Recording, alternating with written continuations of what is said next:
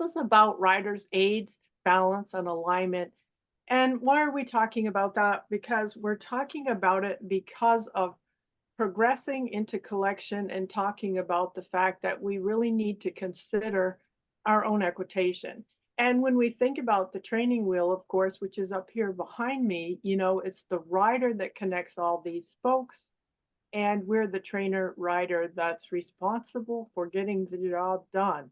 So all of a sudden, good old fashioned, what we used to call equitation, comes back into fashion and it becomes important. Oh, there we go.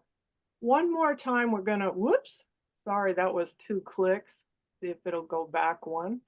We're gonna run through the requirements, level 2 through level 5, just to keep thinking about the fact that there are now 2 parts of something here.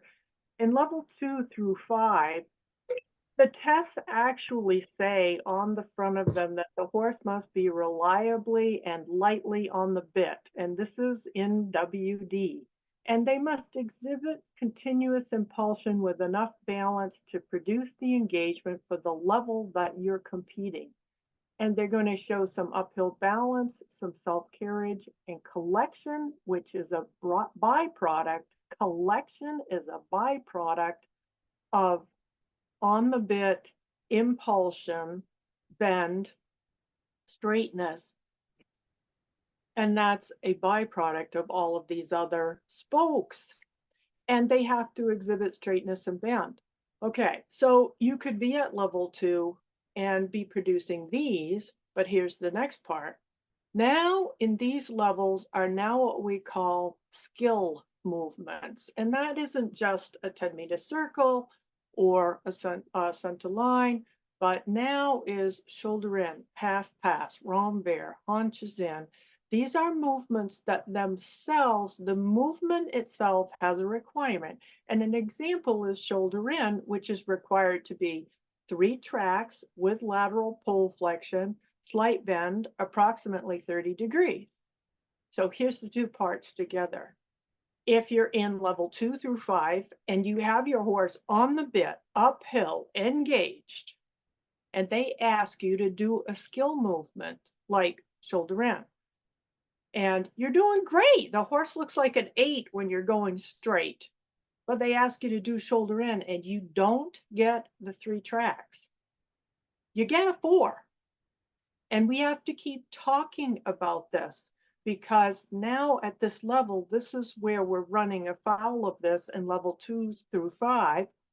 And we're finally coming to the conclusion that it's us because we're the ones holding the wheels on the bus. It's the rider that is the circle that holds the spokes together. So you could also be, and this happens a lot, you could be in the 3 tracks and it's technically a shoulder in, but how about if you're in level 2 and your horse is all strung out and on the forehand and not very forward, so it looks like a very attractive beginner's intro horse. That's also 4 because it isn't reliably on the bit, uphill, engaged. And so now in these levels, level 2 through 5, all of these requirements are here. And for each movement, you can conceivably have both of these concerns. And without meeting some of these expectations, you can have a 4. I put the final remarks up again. They're the same whether it's introductory or level 2 through 5. And the only reason I had this one was just that it was huge. So it was much easier for us to read. But under rider, well-balanced elastic seat demonstrating vertical centered alignment with light independent contact from the hand or hands. And then effect, correct and effect use of the aids evidenced by the horse's responsiveness, steady elastic connection. Now, we're on an introductory test and it says right there you need to have connection. Interesting. Cultivating athletic expression Accuracy, precise placement of the figures and transitions, the effectiveness of the rider's aids, which determines the accurate fulfillment of the required movements of the test. So we have these two right here. And then the interesting thing about it is that the harmony is affected by the rider because it says that the horse must accept the aids and the influence of the rider with attention and relaxation, confidence, and I think of this as cheerful willingness. That's how I think of it. But so here again, rider influence here. So when we get to talking about these things, we've got these two marks and then harmony. And impulsion, I always say to riders, which I kind of tease them sometimes when I'm teaching them, and we have a few little cute slang terms that we use, but put the pedal to the metal. Good old fashioned 1970s phrase, but impulsion is the energy to go forward and to cover ground with athleticism. And down here, we were talking about athletic uh, expression. And it's this impulsion, this power that we need to go forward. And that's the rider if you don't use your legs. If your hands or tight thighs or a tight seat restrict the horse from going forward, for whatever reason, maybe you're tense emotionally, or maybe um, you just, are not an active rider asking the horse to cover ground, then you're responsible for this too. So the only thing here that's kind of primarily um, God-given or the horse's breeding pretty much is the quality of his gaits, his freedom and his regularity. Regularity being, is he um, lame? Because that would be irregular. Is he absolutely even in his gaits? And is his rhythm correct? And is he free, which is loose, and that is generally suppleness, which is primarily part of his conformational being. So these are all related to us as riders. The center line seems like it's pretty straightforward, but I judge a good deal of the equitation that I'm looking at when I make some of those remarks at the beginning. Rider alignment, I check out on the center line the minute they come in. That's when it's most visible to me, and I have less things to judge on the center line. It's not a skill movement like half pass. You're coming straight on to me. So here's the things we're looking at, and these are the problems or the things that we might reward on the center line. We're looking to see if these shoulders look level. We're looking to see if the rider keeps their chest in line with their horse, or if one shoulder or the other is more forward. We're looking to see if the stirrups look level or the saddle has shifted.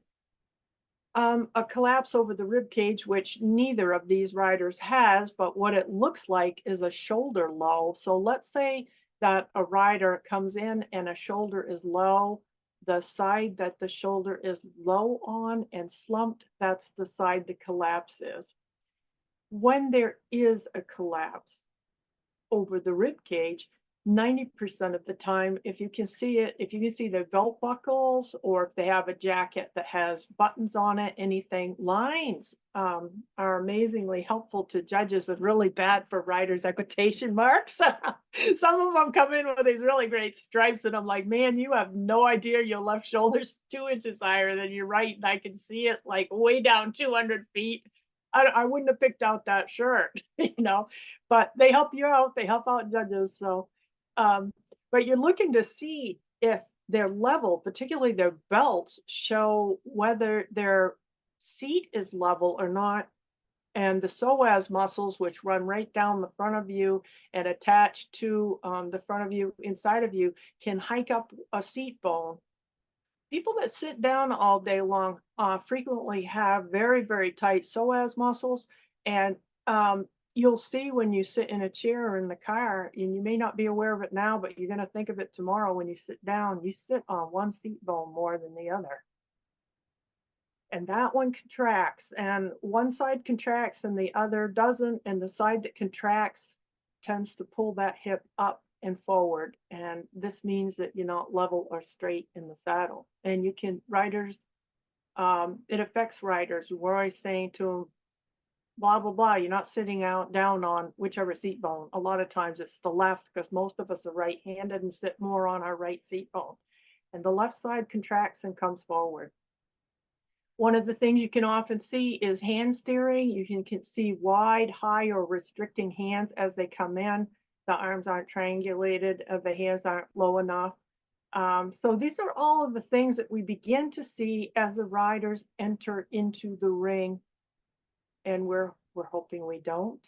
But these are some of the equitational things that we see, and we're looking for riders to improve. Alignment, rider's position. And now we're beginning to talk about traditional alignment. Any division, dressage, Western, dressage, it doesn't matter. We're talking about centered riding, you know, in any saddle. And it's the same old traditional information that your ear through your shoulder, through the center of your hip, down through, and some equitational people talk about the heel, but you will find in Western dressage and regular dressage, if your line goes through the heel of the back of your boot, that you will have a little bit too much of a chair seat and you won't have your line quite on the sweet spot of the horse. So this is a little better alignment for the technical work that we have to do in this division. That's not to say that someone whose foot's a little bit more farther forward can't be effective, but when you're looking at that alignment score, this is kind of the alignment we're looking for. We're looking for some bend in the elbow, the upper arm to be somewhat relaxed. It's going to come somewhere from kind of down and kind of forward. What we don't really want to see is arms that are completely forward with no bend in the elbow. You'll find that those riders are exhausted. They're holding their arms up and that they have a lot of tension in their arms. You're looking for a straight, when the horse is in contact and when you are riding with two hands, like this rider is, you will see that if the horse comes into connection, you're hoping for a straight line. This horse, we cut the head off, but you can see that there would have been a straight line to the bit to the elbow, and you're kind of looking for that when the horse is in connection in two-handed riding in Western. We need to talk about the spine, about the human spine, and neutral is right here in the middle, which is where we need to be. We need to be sitting on the two seat bones. And amazingly enough, in female riders, you sit on the two seat bones, which are just about that far apart, an inch and a half to an inch apart, and you can feel them when you sit on them, and you can put your hands under your fanny and find them. But amazingly enough, on females, there is an area which is a triangle, which is right here. And the reason it's not in this picture is because it's not a bone. It's your pubic symphysis, which is the birth canal, or the vaginal lips are the outer area of this area. And that is the triangle that a female balances on. And 90% of our people in this division are female. So we're going to talk a little bit about this area that we sit on, the two seat bones, and the very small area in front, the pubic symphysis, makes an area, that's only about this big, about 2.5, 3 inches around, that we're balancing on. And when this happens, we have our alignment, our hips are in neutral and the spine is in neutral. This has unfortunately happened for centuries right here, the arched spine, because men's upper bodies, they handle themselves a little different. And what happens is that because they have equipment, they balance a little bit further back than we do, roll their equipment out in front of them. And because they have upper body strength that we don't have and don't have breasts, when you tell a man to sit up, he sits up like this, generally. But female riders, when you tell them, hey, and men have said to us for a long time, stick your headlights out. How many ladies have heard that? So offensive. Sit up, chest up. And this is what happens. We have an arch in the lower back. We cause some compression in our neck cervical area. A lot of women's chins are just barely above level. And this is very interesting. That looks level there, but this is the neutral spine. And you see how this is not level. And if you're level or your chin juts up while you ride, if your riding instructor says, hey, lower your chin, they're trying to get you into neutral spine. I had this by the time I was 20. I was coached by men as a child, and I was told, lean back, sit up, and put your chest out. And this is what happens. So this is not the correct posture for us. Some of us have this problem that we're nervous, or we have a poor spine or lack of upper body strength or core strength, and nervous riders lean forward. And then we have compression here also, and some here.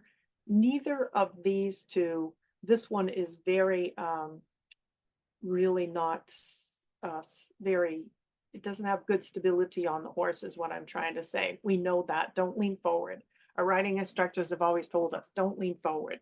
But unfortunately, when we didn't lean forward, we went to this. I had back surgery by the time I was 35 because of this right here. And it takes a long time to get here, but you want your riding instructors and you want to be thinking about neutral spine and to be getting onto this area. And when someone says to you to sit up, I want you to think about opening your clavicle. And I don't want you to lean back. I want you to think about just a string pulling up in the center of your hat, because we have to be in neutral spine. Next picture is amazing. That picture that was over on the left is the arched spine. And the reason we put this against a line for you to see was this arched spine occurs in females, tremendous amount of occurrence of riding in every single division, Western dressage, saddle seat, everywhere. I see this everywhere. And what happens is, because we've been told to lean back, so we tipped this photograph to show you that when you have an arch in your back and your chin's just a little above the correct neutral for yourself, and then you're told lean back or get on the back of your seat bones, this is what happens to you and the position you are in.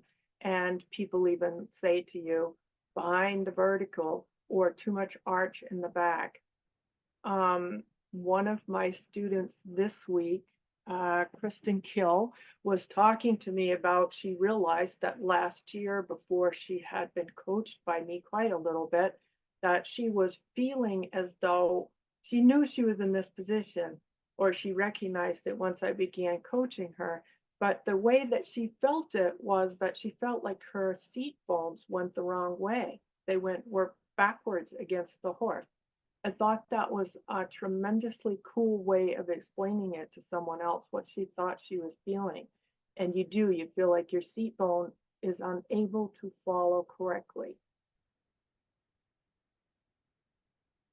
One of our biggest problems in Western dressage can be getting our leg onto the sweet spot of the horse and getting out of chair seat. There are a number of reasons why you can have chair seat. Oh boy, now I'm going to say something which is a little controversial, but it is absolutely the truth.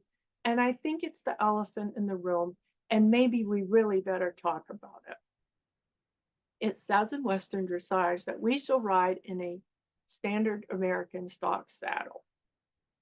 And stock saddles, which are Western saddles, were originally designed for cattle work. And these saddles need to be large, heavy.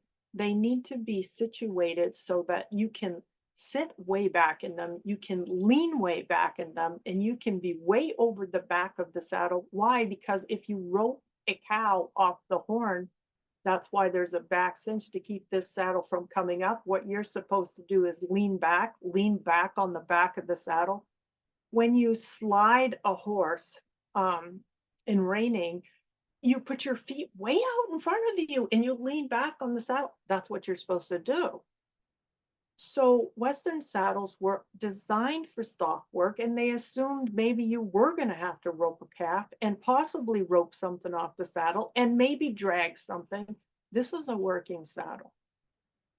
The problem with the working saddle, though, is that because of all of these problems, it does put you into a chair seat. The fenders are set forward because they're thinking you are going to need to lean back. There is a place to girth it in the back. And most of us, if we have any idea we're going to do any stock work at all, of course, you do absolutely positively need your second girth back there. You need that. That keeps the saddle from coming up. So we have to talk about that.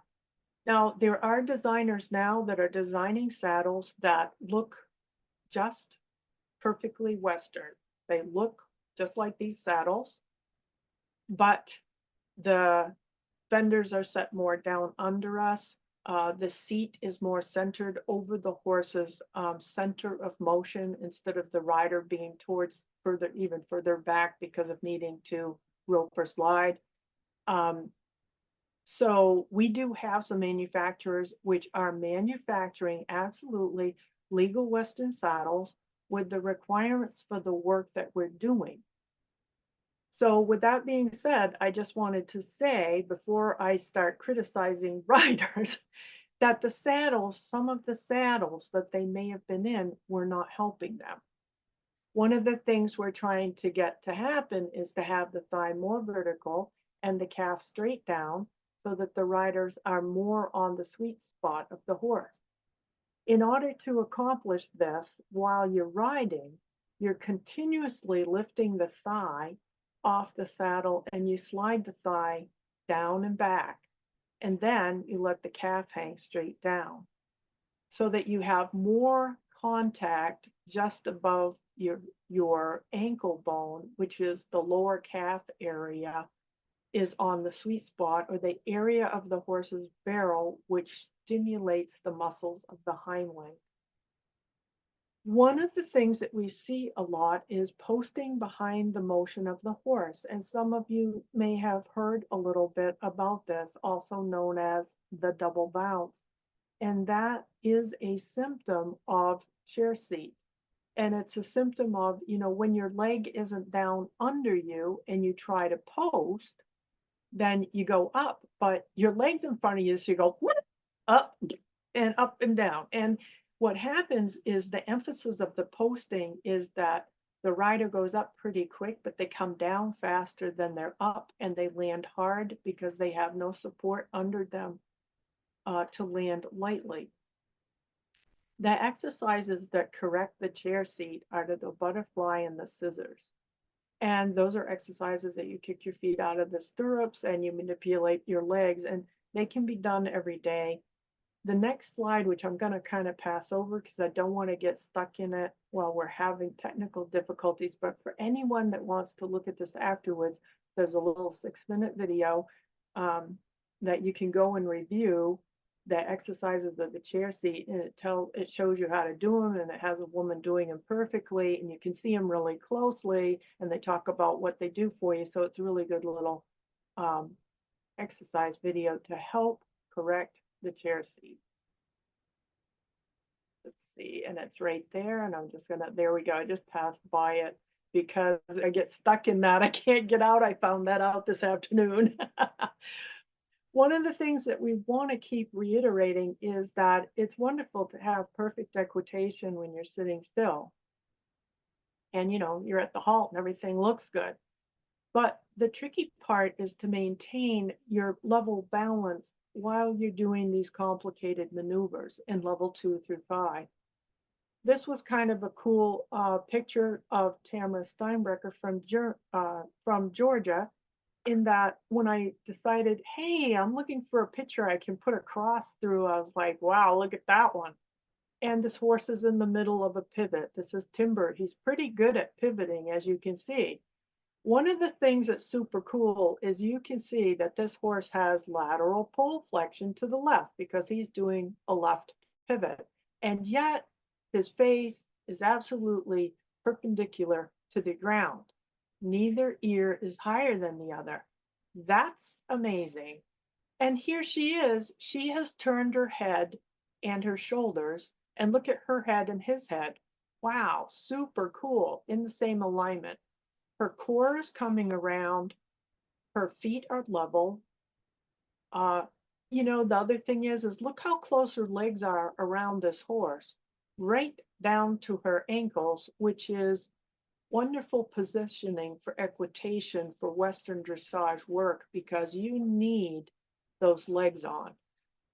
We're not looking for the alignment to be some of the traditional sort of Western equitation stock look that we used to see in open horse showing, where the heels were really jacked down and the lower legs are kind of off the horse, because in some of those equitation classes, I used to go in them and I used to win, but I looked like a princess up there. I had my feet stuck off the horse. What they wanted us to do was look frozen in position and not move. And so we just posed ourselves up there and we had the horses trained to walk, jog, and lope, reverse, walk, jog, and lope, pull up, back up, and we're done. And woohoo, you get a blue ribbon, big freaking deal.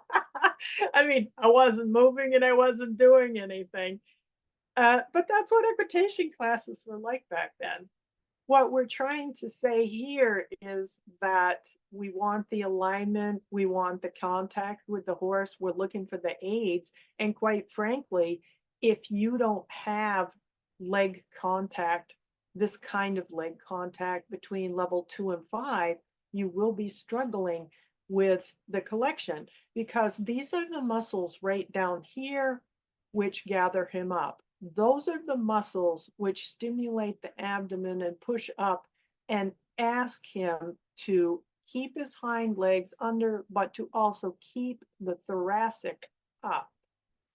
If you're not using them, if your legs aren't in contact, what will happen is you're trying to do a maneuver, maybe a shoulder in, maybe a half pass, and the judges are saying lacks impulsion, lacks engagement, lacks uphill, lacks collection, because it's the muscles right down here that are right above her ankle that stimulate that area of the horse, which produces this lift in the thoracic.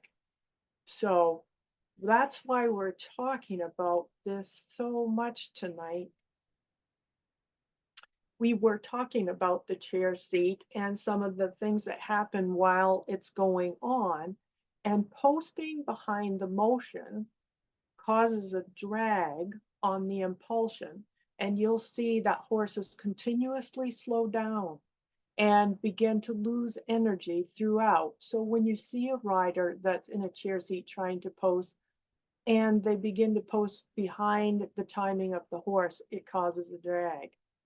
We were just talking about the sweet spot of the horse, and if the lower leg is not on it, you will see that the horse will lack continuous impulsion. When you don't have continuous impulsion, you will not develop engagement or collection, both of which are a byproduct of continuous impulsion. The upper body gets behind the seat. So we were looking at that spine, which I had tilted, and the girl had been told, hey, lean back, chest up. And when the upper body gets behind the seat, and if there is too much curve in your lower back, the seat sits down and drives down onto the saddle, either the back of the saddle, or it drives under and drives the front of the saddle down onto the withers. So you will have a lack of back suppleness and you will have lack of wither coming up. So that's thoracic is not coming up and you don't have uphill, you're going to have the comments on the forehand lacks collection, lacks engagement. These are all interrelated and the words almost the same. We were talking about this in the judges' jargon a couple of weeks ago in the call for Georgia. So when you're in the chair seat, a lot of times you will lose balance and in circles and movements, the rider may be losing balance as well as losing impulsion. And you may have a tendency to sit too far back on the seat bones or too far back in the saddle. And the hollow of the lower back, a little bit too much of a hollow in the lower back, prevents you from being in the neutral spine and the pelvis being in neutral. When the pelvis is not in neutral, it's difficult to follow the motion of the horse. And this is where in level 2 through 5 that we're required to sit the jog. And now the jog is required. Collected jog is not slow. That's a misunderstanding sometimes for people. Collected jog is that the horse has tremendous engagement, which means it has thrust against the ground. And now the jog has more suspension because instead of traveling forward, it travels up and down because collection has spring and it has power. And so that, people say to me, well, I don't understand why the books all say that collected jog is easier to sit to. It is because the horse's back is supple and because it has swing. And so now the horse is no longer stiff and it's not jarring against the ground. That's why it's easier to sit to. But it doesn't mean that there's less motion. It means that the motion is easier to follow. And it means that your seat will have to be in neutral in order to follow it. You also need to have the ball of the foot centered onto the stirrup. And this is the one thing this rider really does have going for her, is that when you look down at your shoes, so I hope y'all take a look down at your shoes tonight or your boots. There's two lines right at the end of your toe on your boot or your shoe, like just at the end of your big toe. There's one preliminary line in your shoe, which is like a horse's breakover, the very last part of when you walk onto your toe and bend everything. But there's a second really big crease, which should be right across the ball of your foot. And that on the boots is where you want to have the very center of your stirrup wants to be centered on that crease. The ball of your foot wants to be in the center of the stirrup, and that supports your foot the most. If your foot isn't far enough in the stirrup, then you're on your toes. And once again, you have less support. And what you find is if you're on your toes, trying to hold your stirrups on your toes, you're using your toes to press down against the stirrup. So right now, if you curled your toes a little bit or you try to push your toes against the bottom of your shoe, you're going to go, oh, that goes way up my calf. Like I can feel when I push down with my toes against the front of my shoe, the bottom of my shoe, I can feel that up my calf muscles. That interferes with you giving the aids to the horse. And if you have your weight on the ball of your foot, the whole of your leg, all the way up through your knee and all the way up your thigh can be used without tension. And you need to be able to do that for all this complicated moves that we're onto.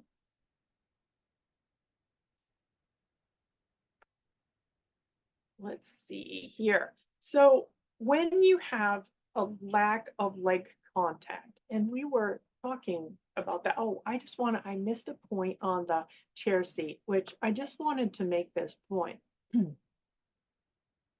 Chair seat's a difficult thing for us, and I want to be a little bit sympathetic.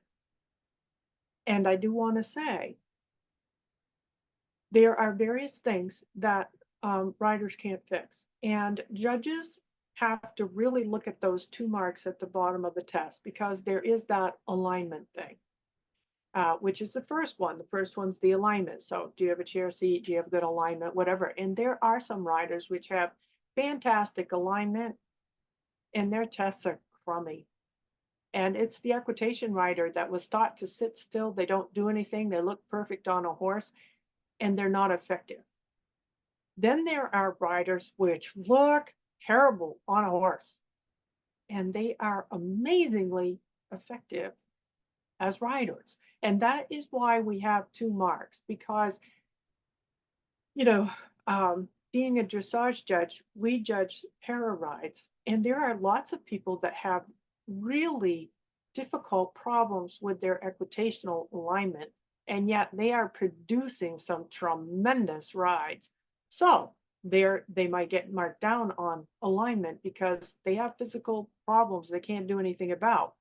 When you come in the ring, I don't know that you've had 4 knee surgeries or you have a fused ankle or, and people have stuff.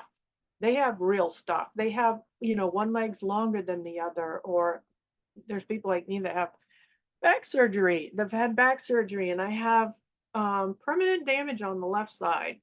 And I use my left leg double to what I use my right in order to make horses even. Went for physical therapy for a long time to figure that out, and I'm capable of doing it. But if a judge sees me using my left leg double what I use my right, I'm sure they're sitting there going, They probably don't notice because I can pretty much cover it up. But if they were clever enough to see it, it'd be like, what's she doing that for? Well, because I have nerve damage on that side. I don't feel, it doesn't feel the same.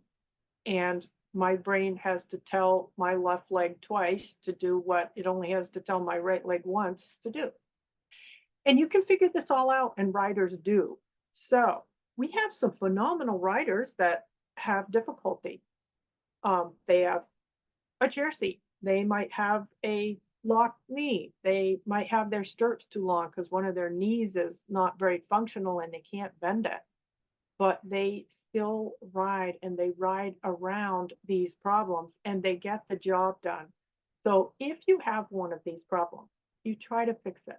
But if you medically, you can't, you just cannot fix it, then what you do is you learn to work with it and find a trainer that can help you learn to work with it and study up on what you can do to make your horse as balanced as possible.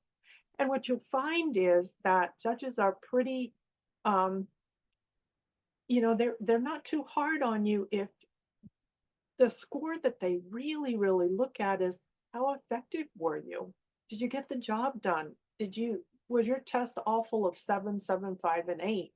Well, if it was, then your effectiveness mark has got to match that because those two marks are very related. And they might only take you down, like your arms might be great, but you have a chair seat. Well, but what if you're a really effective rider, a super effective rider, you have a little bit of a chair seat, but you really are centered left and right, and you're not leaning back and you're not leaning forward and whatever, they might give you a 7 on something like that because you're not terrible at everything. So just because you have one of these things going on, try to work on it. It's not the end of the world, but keep thinking about the problems that are connected with this. And if you can't change what you have going on physically, work on these other problems. Make sure that, yes, I'm in chair seat, but I don't let the horse slow down. I do keep up his impulsion. I am watching to keep him uphill. So do what you can because you can make a difference, and you don't have to just give up on that. You can work around these things. So lack of leg contact can be a real problem in level 2 through 5 because collection is developed with impulsion. The hind legs have to be active, they have to be thrusting, and the engagement is the compression of the hind legs, making this springy. And although we don't think about Western horses as they don't have to be big warm bloods, and we don't have to have huge movers. We don't. But what they do have to do is that they have to show us that within their conformational abilities, that they're doing the best they can with their confirmation that they're not strung out, they're not on the forehand, that they are staying reliably on the bit, and then that they're showing impulsion, engagement, and developing collection. And lack of leg contact can really affect that. Now, bend becomes important and leg contact is important. And we're not talking about contact like pressing the leg, but the leg laying against the horse's side is passive leg aids. And bend is very reliant on the outside leg at least being touching the horse, laying against the horse, because that is the guarding leg which keeps the haunches from falling out. So as you go around a corner, do you have to press your outside leg? No. But if it is not laying against the horse's side, if the horse is not carrying it, if your outside leg is not against the horse, just laying there reliably, the outside hind leg will fall out as you turn through a tight corner or a small circle. The inside leg is the fulcrum that the horse bends around. And it is a passive leg because if you push on your inside leg while you're going around a circle, you'll do one of two things. You will push the hind legs out with the inside leg. And most people have been told forever when they're trying to get around a small circle, inside leg, push him out. That's actually incorrect. You ride circles in off this guarding leg, and the outside leg is passive. It is a fulcrum that you bend the horse around, and it has to be forward enough. If it is too far back, it will push the haunches out, and it will cause stiffening. If it's too far back on the rib cage, it actually causes stiffening. So it has to be relatively close to the girth. And that's why it says inside leg near the girth, because it has to be, when it's on the inside leg and it's on a circle, it has to be close to the girth, because if it's too far back, it causes stiffening in the rib caging, and it causes stiffening and pushing the haunches out. So sometimes incorrect teaching and sometimes lack of leg contact affects bend and straightening. Not having the leg in contact so that you fail to activate the muscles in the sweet spot, which keep the horses active and forward.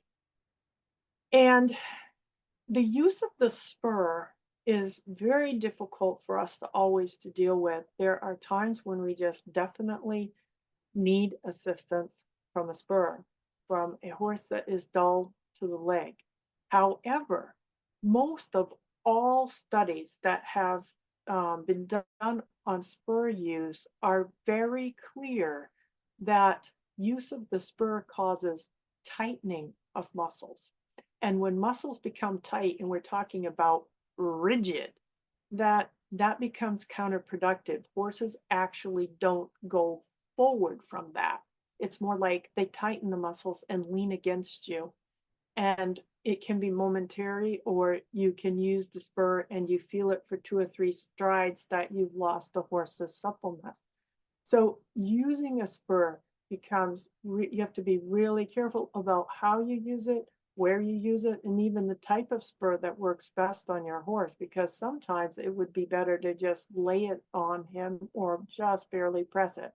So when you don't have your leg in the sweet spot, or your leg can't touch the side of the horse for some reason or other, and then you're relying on a spur because you need an extra inch, 2 inches to get to the horse's side for whatever reason that is, now you're relying on spur use, which you have a different muscle response from the spur, and you may not be getting the response from the horse that you want, like the supple, relaxed, loosely going forward. Because, riders that maybe are, their legs don't wrap around the horse, so their legs are too far out. So then they put on a long spur so that they can get at the horse with the spur, because their leg isn't wrapping around the barrel of the horse. Then you begin to rely on the spur all the time for all of the driving aids to ask the horse to go forward. And if every time you use the spur, a lot of riders become frustrated from the spur use because the horse tightens against it. And when they tighten, they slow down, they don't go forward. So then they're like, a lot of riding instructors will say to them, you know, you got to take those spurs off. You're going to get, if you have to get this horse active and engaged and forward and in more impulsion, you need to take the spurs off for a while and get him going from your natural leg. And then we'll just use the spur very occasionally, and we're going to relearn how to use the spur so that the horse doesn't react negatively to it. So it can be counterproductive, not always. Skilled riders have been trained in correct spur use and know how to use it and select spurs for the appropriate horse, appropriate spurs for the horse. And you'll find that spur use can be effective, but in the wrong hands, it can be counterproductive. And a lot of times the spurs only put on because you have a lack of leg contact. If you can get the leg contact correct and it's working, you don't need this. A lot of horses don't need the spur. So the saddle placement on the horse becomes very essential. And the interesting thing about this is on a horse is that right here is right under here is her scapula. And then the muscles behind the scapula is the area which has to be free for the horse to really move forward well. So saddles that are tight and that are pushing on this are a problem. And interestingly enough, just about right back here over this area is the horse's center of gravity, but the horse's center of motion is here. And it's the center of motion that we have to sit over, not the horse's center of gravity. Most saddle fitters fit the saddles and shim them and tighten them, and particularly I'm real familiar with the padding that we do with dressage saddles. But even Western saddles, they keep saying to you, you know, hey, buy a really thick pad and put it under here, and you got to get it really tight right here, right over the shoulders and withers for the saddle stability. That actually impedes motion of the horse, and if you get this area too tight, you don't have backswing. This red line is here because this is where my leg would fall if I was sitting in the saddle, which is great. And then the yellow line is where the sweet spot is on this horse. This is the abdominal area that the leg has to contact in order for me to stimulate forward motion. So this is, sorry, it's not the same saddle, but anyway, I just happened to have these pictures, but here it is with the rider in place, and you're seeing, okay, this is the sweet spot, and that's this rider's ankle and lower leg, lower calf. And look how far down it is, not your upper calf, but your lower calf. Doing a good job with the foot fairly well into the stirrup on the ball of the foot. I just put that, that girth is so black, I didn't think you could see it, but it points out how far back the sweet spot is on a horse past the girth. It's 4 to 6 inches from the back side of most people's girth is the area you want to contact. And if you get stuck into a chair seat or you get your legs a little too forward, and so let's say my leg was forward and I was trying to activate the muscles a little more up here, these muscles in this area actually tighten the foreleg and the shoulder area. They tighten that. And so that means the legs start tightening and the horse reaches less forward. So tack placement tack placement and tack itself can affect riders. Even crazy things like the back of the saddle's downhill, so the rider is tipping backwards. The front of the saddle's downhill, so the rider's riding onto that. Those things are much harder for judges to see, but I won't say that we can't see them. We do see them sometimes. But why are we mentioning them tonight? They affect all of us. And so when you're working on your equitation, beginning to explore how your tack fits, is it level? Are you sitting over the horse's center of motion? Can you get these are two different saddles, but this saddle drove me crazy. This um, After 2 years of having a broom handle in here, these fenders were so stiff. Even then, that stirrup wasn't turned enough on my foot. And they also, because you want to saddle, this saddle allows you to pull the fenders back under you. There's a bar that you can slide the fenders around for the rider, but most stock saddles don't. And so I would get in this one and I would drag my leg back. I think you can see me dragging my leg back to keep myself in position. And the whole time you ride, you're exhausted with dragging your leg back so that you can keep your leg on the sweet spot of the horse. If you can find saddles that allow that, like this one is just set up there and it's hanging right straight down, right where my leg would need to be, you're looking for this kind of balance within the saddles that you're working with.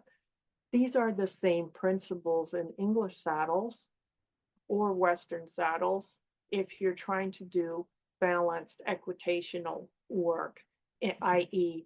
dressage style work. My working equitation students who do that want to have, they're always looking for very balanced saddles that they don't have to fight against dragging their legs back. So it isn't just Western dressage, but it's all divisions that if you need a balanced working seat because you're doing difficult, demanding work where you have to be balanced like this and you're not doing stock work that requires roping or anything like that, strain on the saddle, then you're looking for something that has balance and you're looking for these companies that are producing this kind of thing. Talking about the connection of the hands, and today I'm only going to talk about the two-handed position, but if you are riding in the two-handed position in Western, you need to have triangulated forearms, and those forearms are going to come around the swells and around the horn and get in front of the swell and the horn, and the hands close together and on top of the saddle pads. If your hands are above the horn, then it's clear if your hands are above the horn that you're either pulling up on your bits and or that you're affecting a downhill balance for your horse. It is rare that you can see anyone riding with their hand above the horn and the horse being in any kind of an on the bit position. What this means for us as Western riders is that your armpit will have to be relaxed and open, that you will have to have bend in the elbow, and that the hands are going to have to follow. The body goes through your arms, the elbows relax and go with the horse. Your hands need to be closed into a triangulated fist without pressure. And one of the most effective rein positions, which allows the most correct use of the wrist, is that you put the rein between the ring finger and the pinky. We do see some riders that put it around the pinky, but what we find is that you lose about 30% of the use of your forearm when it goes around your pinky, that this tightens up the hand, and it also causes what we call piano hands, that the knuckles go more up. Although your thumbs should be up, this rider has a good hand position in that there's a very small angulation here, maybe 30 degrees towards each other. And the best descriptions of two-handed riding describe the thumb is up, but it points towards the opposite ear of the other horse. This thumb is pointing towards the left ear of the horse and this thumb towards the right ear. This rider is in a similar position, but her elbows are a little further apart. She was trying so hard to pose herself, but still she got her hands down around the swell. The swells of your saddle and how large they are make quite a bit of difference to your comfort level. So small horns and small swells are helpful to Western dressage riders. The hands held together low and the forearms, and these are your forearms, triangulated. And it's primarily the rider who looks down and sees that her arms are triangulated. And I can see that when you ride towards me straight on, but from the side, it's not so clear. The hands are around and together and not far above the saddle pad. with the armpit relaxed and the thumbs pointed generally in a very slight angle. This allows for the most wrist action that you, when you connect with the horse, that you connect all the way through the arm to the shoulder, and this means that the circle of aids between the rider and the horse can be completed. If a rider opens their hands and rides only with their fingers, then the connection to the rider stops at the hand. When the fingers open, there is no elasticity to the elbow or here, and throughness does not occur. Here we have a rider who was struggling to begin to get her horse on the bit and was working on her own balance. And you see she gets a little out of the triangulation. And her hands are very close at this moment to the top of her saddle horn. This hand got really high. So the rest of her position is not too bad. She's in neutral spine, which I like. Her alignment is pretty good, and her body itself looks relaxed, although I'm thinking maybe there's a lot of concentration there. That jaw looks a little tight maybe, but I think she was getting him on the bit, which is a good job. She's got him super active. He was forward and he is round. So what we're going to say to this rider is, if you could have gotten this done with your hands closer together and closer to here, that he would probably be more relaxed through the neck, because he is just at this moment. In one more second, if her arms didn't become more elastic, he could possibly go ever so slightly behind the bit. And that's only because I think she was struggling with her position. And when you get your hands this high, it's very hard. You see, there's not much bend in the elbow to keep this elasticity. Learning to get to this position and maintaining elasticity is something that we struggle with, every rider, every day, all day long.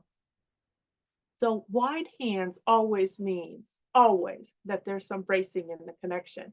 And we often see riders, this rider is actually trying to get her horse on the bit, and she's trying to use correct half halts. But we do see riders really cheat a lot, and they put their hands down and wide in what's called the side rein position. And we see this a lot in Western dressage because riders come in from other divisions and they know that they should figure out how to get their horse's head set, but they don't always have a lot of information in traditional correct half halting. And so they just set their hands down like side reins and try to push their horses up into it. And they've seen this in a lot of other divisions. We're looking to correct this, and we're expecting judges to comment on wide, low, braced, set hands, because in the long run, it puts horses onto the shoulders and it braces their top lines.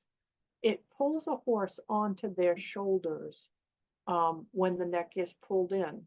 And so we have to watch this. High hands and high arms usually ends up, if your hands are above the saddle pad and above the swell, you generally end up hand steering a lot rather than using your eyes, your head, and your body to get the steering done. In level 2 through 5, you are so busy with your complicated movements and maneuvers like shoulder in, half pass, that if you are hand steering, then you won't be able to get the bend for the shoulder in because you're using your hands to steer. And for these lateral movements, you should be steering by your head, your looking, and your weight. And the horse, you're using your hands to produce the bend and to maintain the horse's profile or his connection or his frame, whatever you want to call this, to his whole balance is balanced together, and you won't be able to hand steer. So a lack of elasticity through the arm and the elbow is often seen in high hands, and that affects bending, and it affects collection, throughness, and engagement. So all of these things, when we get out of the triangulated forearm position, is a problem for us as riders.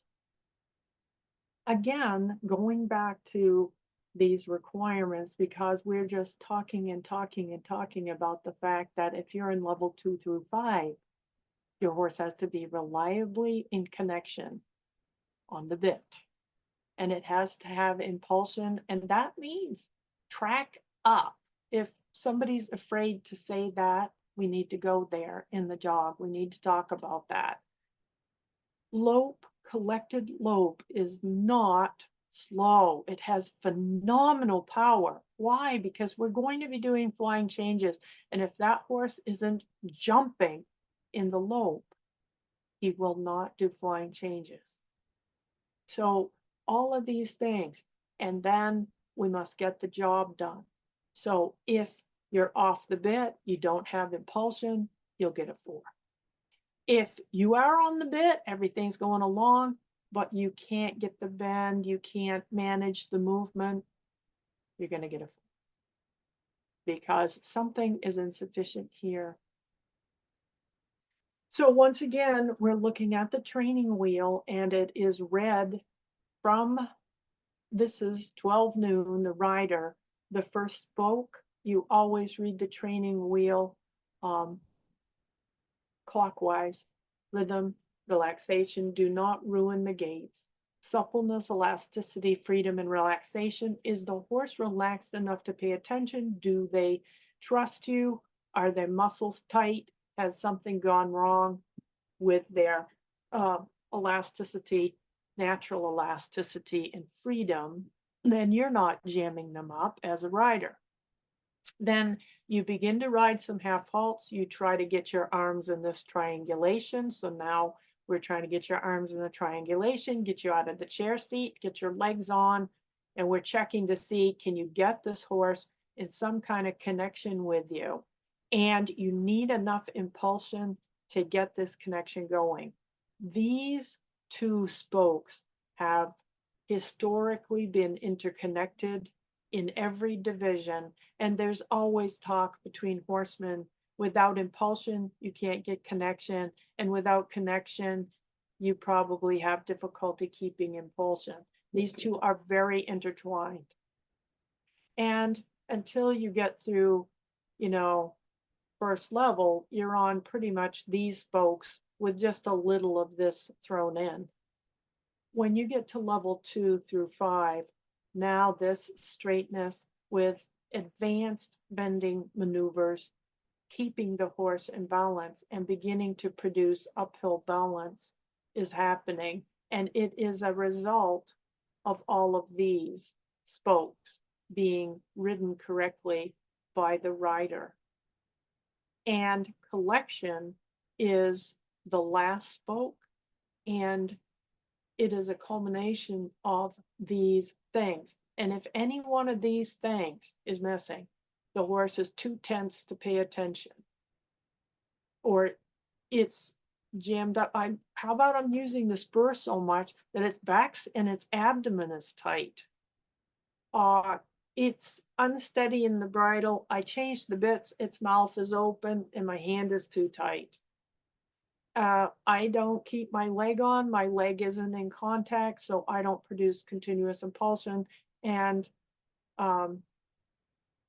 my alignment isn't too good, and perhaps I'm not in neutral, so I also pound up and down in the sitting jog, so I don't keep much impulsion.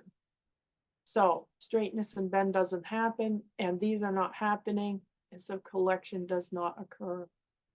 When collection does not occur, and if you have collection, lightness, throughness, and harmony should be part of this, and that's a byproduct of this, of collection. But any of these things can go wrong, and every time anything of this goes wrong, you go right back to the beginning and you go, have I ruined the horse's gaits? Is the walk still 4 beat? Is the cant lope? Is the lope 3 beat? Oh, it's 4 beat. Wow. Oh, I don't have a check mark there. And how do you repair that? Impulsion improves the lope. It improves the balance of the lope. So you go back at these spokes and you utilize all of these spokes to get this happening. And it's the rider and the rider's equitation and the riders' aides that are going to get this done. I have lots of riders come to me, and they're amazingly talented riders. But at some point, when they're getting around through here somewhere, they begin to get stuck. And we go right back to their equitation because for some reason or other, their equitation is affecting their ability to make these spokes happen. So it's all interrelated. This is the last of the tests, but it's all circled up and in red because we are hoping and wanting judges to make remarks in these boxes. If you get a judge that does, please don't throw the paper away. And if they don't give you an 8, don't be mad at them. Consider reading what they say, anything, or excuse me, if they don't make a remark, maybe they circled something. Take your paper to another judge or take it to your riding instructor and say, okay, they circled well-balanced elastic seat and I got a 6. I was wishing I could get an 8. And maybe they can help you with that. Because if it says well-balanced elastic seat, that's going to be you weren't in neutral spine. You were not in neutral seat. Your hips were not in neutral. If it says centered alignment, that means left and right, that you have more weight in one leg than the other. I write frequently, rider uses right leg more than left. A lot. The left legs stick way off. I circle independent contact from hands and I write arms need to be more triangulated with elastic connection and bend in elbows. I need a rubber stamp for that. So here's the other part, correct and affect aids. Hopefully they circle something here, but they might circle accuracy. They might make a comment. One of the things that I write at the lower levels is, posting behind motion of horse, chair seat affecting balance today, something like that. And what we're really saying is that the riding affects the performance. And so we're beginning to try to figure out if the judges make any remarks to us at all, can we decipher those and how to decipher them and get help rather than just throw the paper in the trash and go, she doesn't like me. Is it terrible to admit that I don't suppose people even know that we don't read the program while we're judging? My scribe is in charge of who's coming in. She's the one reading what the horse's name and person's name is, horse's name and number. And she's in charge of that. I don't even know their name, their number. I might look up and recognize somebody. 99.999% of the time, you need to be anonymous. You are, and I don't read the program. I don't read it before I judge, and I don't read it after. And I mostly don't know anybody's name. So when you come in, whatever I wrote on the bottom, I was sincerely trying to help you. I have no idea who you are, and it's not personal, and I don't know your name. And unless you're rude to a judge, then they don't remember you. They're not going to remember you. So don't worry about, oh my gosh, I went in and, my horse shied at the flower pot or what. It's okay. Everybody's horse has, and most judges have ridden and their horses have jumped out of the ring and, we've all shied at the flower pots. So please, please, please don't take it personally. We're trying to help. And we only have a minute to write a couple of things. And mostly they tell us to write bullets. We don't even write full sentences. So please, please, please don't take it the wrong way. We're desperately trying to help you. And we want you to do better because we really like to give big scores. And I'm sitting there going, come on, get square. Come on, put your left leg on his left hind legs back. My brain is going like this while you're coming down the center line. Oh no, she's leaning right. He's listing right. Oh no, put your leg on. Like, all judges' brains work like that. They're rooting for you. They want to give a big score. Please give them something good. They'll give you a big score. It's not, they want to. Teaching equitation and balanced riding consistent aids is necessary for successful Western dressage work. And we have to keep talking about this amongst ourselves and reminding ourselves that equitation has not gone out of style. That maybe we do need some lunge lessons, even if we are Western. Maybe you do need to drop your stirrups. Do assign people exercises on and off the horse. Equitation is important because it affects us. And not only that, but no matter how good we are, I was talking to a colleague the other day, and she and I were saying, hey, we ride at high levels, but we're not spring chickens. We actually have to do exercises every day. As we age, we have to do more exercises every day to keep ourselves supple and fit enough to ride as we age. We need to not get stiff. We're trying to do, yoga and Tai Chi and whatever we need to do to keep ourselves going. And if you're old or you're young and you want to improve at this, think about some other suppling exercises, think about your balance, think about some cross training, you know, study up what you need to do personally to keep yourself fit enough so that your equitation does not slide on you, because you want to have balanced aids and live long and healthy lives, just like we want our horse partners to live healthy lives. So, do we have any questions? How did this work? Any comments, Dana, Mary, No comments tonight so far. in the chat box? Well, I know it's a busy night for everyone. I'm hoping that we covered some things that I know you all know all of this, but a reminder about all of these things, because we don't have enough time in this busy, busy world to talk a lot about rider balance and equitation, and to keep reiterating how important it is to us. So I hope you found this helpful. And next time, it's all about biomechanics and the basics for the horse. So now we're going to talk about the horse's biomechanics, the basics of biomechanics of the horse and of the work progressing through the collection. So until next time, thank you all very much, and we'll talk to you next time. Take care. Thanks for watching. If you like the information we provided today, don't forget, subscribe, like, and share. Also check out IdaNorrisDressage.com and Ida Norris Western Dressage on Facebook.